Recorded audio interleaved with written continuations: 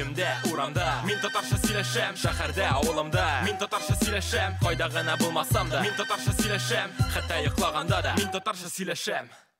Здравствуйте, меня зовут Ильсур. Если вы не знаете татарский, в ближайшие 2 минуты вы сможете выучить несколько новых слов. Сегодня мы заканчиваем нашу историю с построениями простейших предложений на татарском языке, потому как мы уже добрались до местоимения третьего лица множественного числа. Начинаем.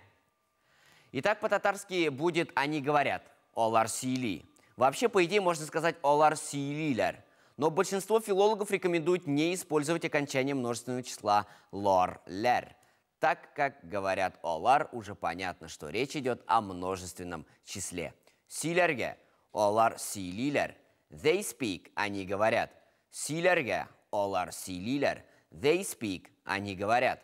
Они слушают. «Олар тыңлый». Тыңларға – «олар тыңлый». They listen – они слушают. Тыңларға – «олар тыңлый». They listen – они слушают. Они читают. «Олар укый».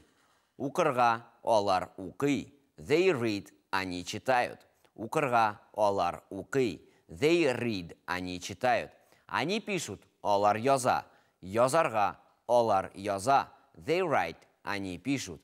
Язарға – «олар яза». They write – они пишут. Они идут. «Олар бара». Барырға – «олар бара». They walk – они идут. Барырға – «олар бара». They walk – они идут.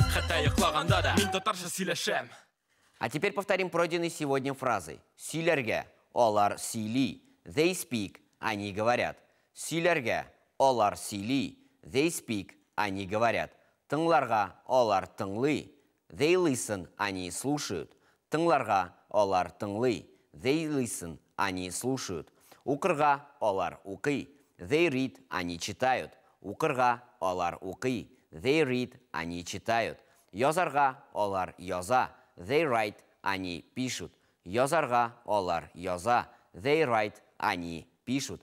Барырға – «олар бара». They walk – они идут. Барырға – «олар бара». They walk – они идут. На сегодня все. Учите татарский, полезный и красивый язык.